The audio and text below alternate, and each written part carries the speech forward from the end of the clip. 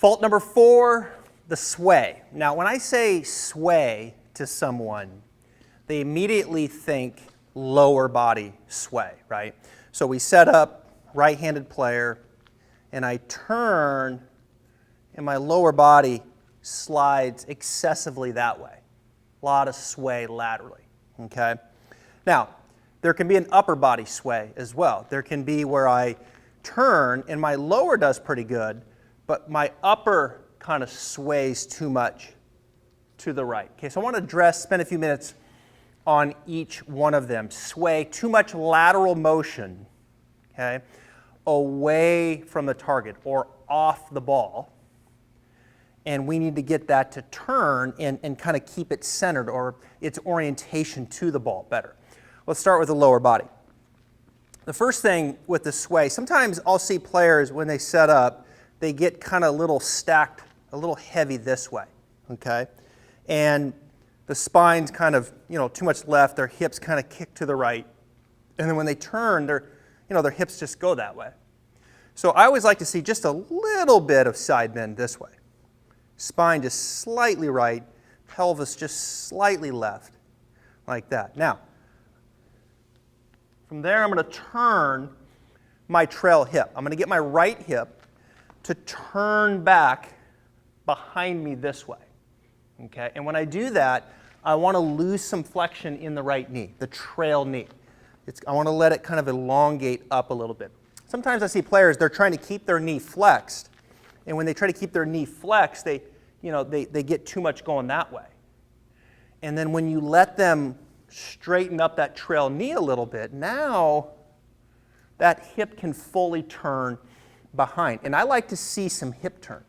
I like to see that lower turning, right knee, trail knee, straightening up a little bit. Don't lock it out, but let it straighten up a little bit. And you'll notice when I do that, now my lead knee, okay, starts to work kind of across behind the ball like this, rather than maybe stay, kind of pointing out that way. Now it feels like it's kind of working back down. I'm almost adding a little flexion to my lead knee behind it as my trail knee kind of elongates and my hip turns back behind me. Now, you can do some different things with the foot, the trail foot. Sometimes, it's interesting, like I'll let the player flare their trail foot out a little bit, like this, and that kind of helps them turn their hip better. Okay, and let that right hip open up, and then let that right knee again, straighten up a little bit.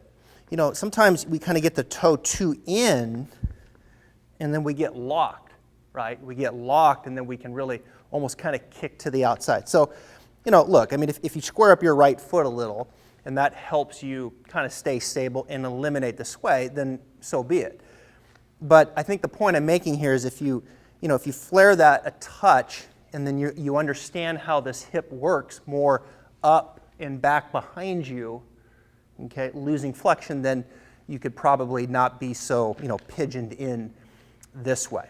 All right, now, if you have an excessive sway, and you need to exaggerate more than that, then feel the trail hip move towards the left heel. Okay, so this hip right here moving towards the left heel, that way. Not that way. Okay, so it almost can feel a bit like a spin. Sometimes I'll put something right here next to the trail hip, and when you turn, you want to create a little space. See here? Almost imagine there's like a little post right here. And then when I turn, I create a little space. Okay, and that little space, I feel my right hip turning towards my left heel a little bit. Now that doesn't mean I don't want to hang over here, where I'm putting all my weight over there. I can still feel like, I'm kind of loaded up a little bit here, okay? But I've eliminated that sway. So those are some things to think about from a lower body perspective. Now, the upper body. The upper body sway, you'll see more of this, right? It's almost like the upper body just kind of launches and lays down over here to the right, and the head moves excessive off the ball. It's okay to have a little bit of head movement off the ball, but these upper body sways, you can see them. They become very apparent to the eye. So what's happening there? A little bit of terminology here first with the spine. The spine, there's 6 things the spine can do, okay? I think 2 of them we know of just because we know that the spine, turns right and the spine turns left. We know that golf is a rotational game, so we get that. We turn right, we turn left. But it can also have a little side bend right and side bend left, okay? Right, left. And then it can also kind of flex forward and extend back, okay?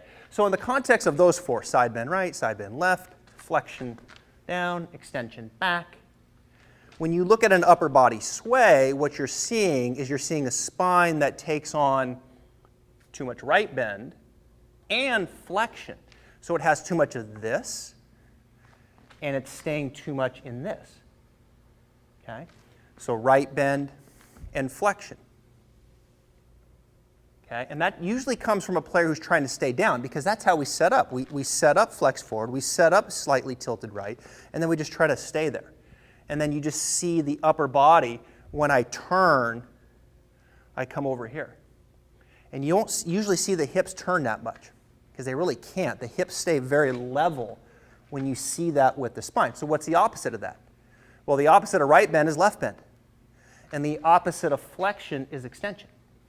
So I need some left bend and extension. I still set up flex forward, tilted slightly right, but when I turn, I feel my spine going a little more into left bend and extension. I'm exaggerating a little. Okay, so I feel this going to the left as I turn to the right. Okay? When I do that, now I can feel like my right hip starts to work up. It starts to work back behind me. The right side of the pelvis now is a little bit higher. I like that versus the hips staying very level. When the hips stay very level, that's when you start seeing some of that.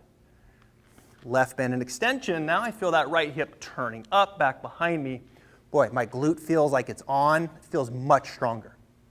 So that's how you feel, or that's how you fix, I should say, the upper body sway. So those are 2 things to consider. You've got the lower body that can get a little loose, right? So we clean that up. And then we got the upper body sometimes can get a little wayward that way. So we start cleaning that up. Okay, well, you put those 2 together, you've got yourself a really good backswing.